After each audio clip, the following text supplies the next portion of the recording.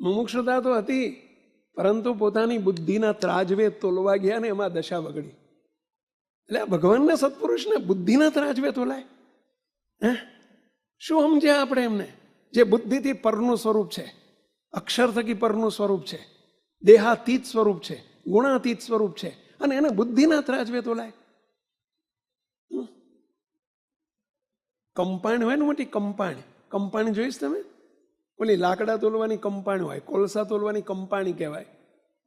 જા મોટી ટ્રક તોલવાની હોય ને એને શું કે તમારી ઇંગ્લિશમાં? Way bridge. ઓલી આખી ટ્રક મૂકે એટલે તરત જ અંદર 12 ટન 500 કિલો 540 કિલો વજનની સ્લીપ નીકળી જાય આખી, જો હાચો કાંટો હોય તો. પાછું કાંટાનું નામ શું હોય? ધરમ કાંટો. બોલો, એ કાંટાને ધરમ કાંટો કે, એવું મેં સાંભળ્યું છે. સાચી વાત છે, પણ અધર્મ જ થતો હોય. બોલો, બધે થતો હોય એવું નથી. કાંટાવાળા બધા રાજી રહેજો પાછા. તો એટલે એ કાંટે હીરો તોલાય? 15 ટન બટાકાની કાથ ગાડી તોલાય, પણ આવડો નાનો 10 કરોડનો હીરો તોલાય એની ઉપર? તો કે હીરો તોલાતો નથી. ના, વજન આવે મોટા. એ 12 ટન ને 15 ટન જ તોલાય એની ઉપર.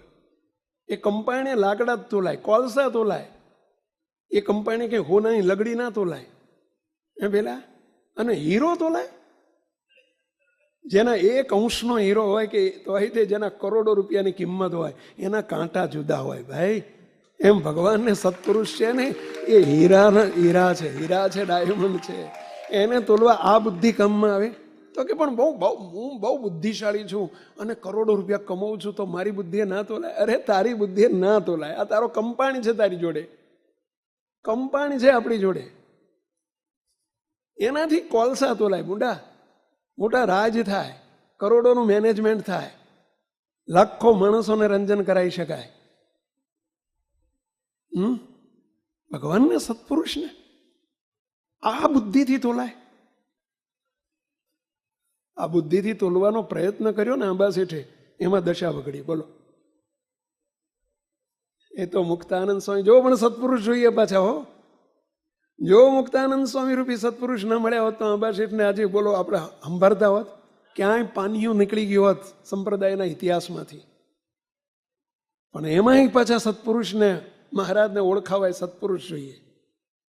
મહારાજે મુક્તાનંદ સ્વામી રૂપી સત્પુરુષને નિમિત્ત કર્યા.